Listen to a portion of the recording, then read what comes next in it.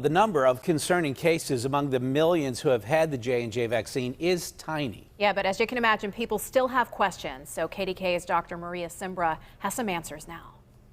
Our office has already received more than half a dozen calls this morning from patients who received the J&J vaccine. The CDC and the FDA have paused immunization with the Johnson & Johnson vaccine because of 6 cases of a rare clotting syndrome in women ages 18 to 48 within 2 weeks of their shot. Only 6 cases out of 6.8 million doses. On the other hand, if you're one of those unfortunate patients who has symptoms after receiving this vaccine, I can understand why they might be concerned. Of the clots seen in the United States, 1 case was fatal and 1 patient is in critical condition. The clots can happen in the brain, the abdomen, the leg, thought to be related to an overactive immune response to the Johnson & Johnson vaccine.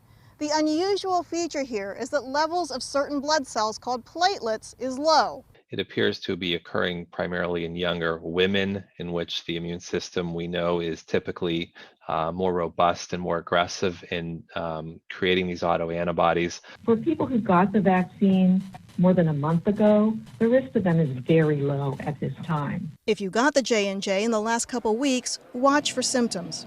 Severe headache, abdominal pain, leg pain, or shortness of breath, you should contact your healthcare provider and seek medical treatment. Treating with a standard anticoagulant called heparin makes it worse, so doctors must use alternatives.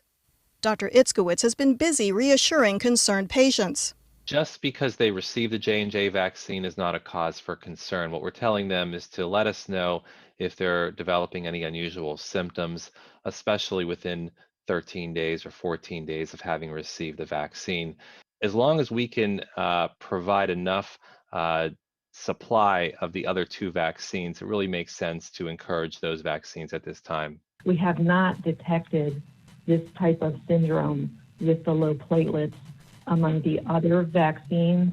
The CDC's Vaccine Advisory Panel is meeting tomorrow to discuss whether to restrict the Johnson & Johnson vaccine to certain groups, such as men over 50, or whether to halt the use in favor of Pfizer and Moderna. I'm Dr. Maria Simbra, KDKA News.